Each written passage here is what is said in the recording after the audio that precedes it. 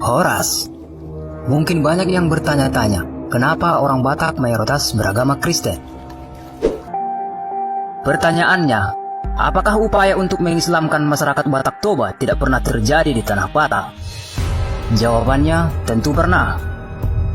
Upaya Islamisasi pernah dilakukan oleh kerajaan Aceh yang dipimpin oleh Sultan Alauddin Riayat Shah Al-Kahar.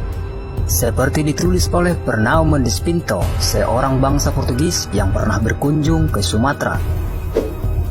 Namun upaya Islamisasi yang dilakukan oleh kerajaan Aceh pun mendapat penolakan oleh kerajaan Batak, yang mengakibatkan terjadinya peperangan antara kerajaan Aceh dan kerajaan Batak. Seperti yang tertulis dalam buku Anthony Reid, merupakan sejarawan Asia Tenggara.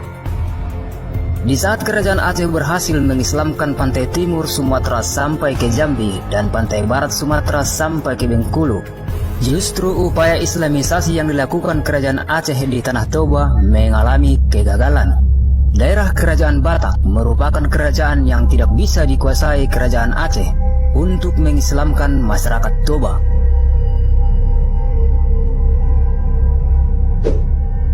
Dan upaya Islamisasi kedua dilakukan oleh pasukan Padri yang dipimpin oleh Imam Bonjol. Upaya Islamisasi yang dilakukan oleh pasukan Padri di Tanah Toba merupakan suatu upaya yang tergolong sadis dan kejam. Sebelum menjalankan misinya, pasukan Padri terlebih dulu membunuh kaum-kaum adat. Setelah itu, pasukan Padri yang dipimpin oleh Tuanku Rao dan Tuanku Lelo menyerang dan menguasai Mandailing serta berhasil mengislamkan Tapanuli bagian selatan. Pasukan Padri pun bergerak menuju Tanah Batak bagian utara atau Tanah Toba. Mereka tidak segan-segan membunuh siapa saja yang menolak masuk Islam. Akibat keganasan pasukan Padri, diperkirakan 75% penduduk Batak Toba menjadi korban keganasan pasukan Padri. Ribuan rumah dibakar, ribuan orang dijual sebagai budak, ibu-ibu dan anak gadis diperkosa.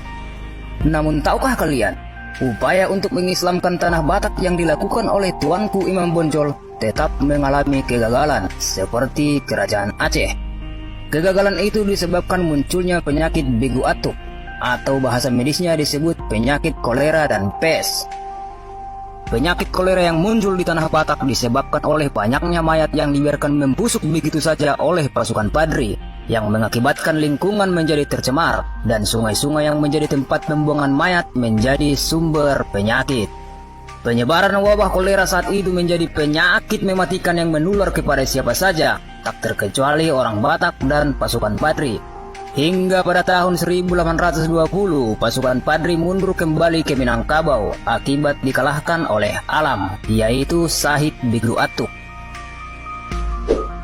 Hingga akhirnya misionaris Kristen yang hanya beberapa orang saja berhasil mengkristenkan masyarakat Batak Toba. Berbeda dengan upaya Islamisasi yang dilakukan oleh kerajaan Aceh dan pasukan Padri, pasukan Imam Bonjol datang dengan ribuan pasukan, sedangkan misionaris Kristen hanya datang dengan beberapa orang saja tanpa senjata.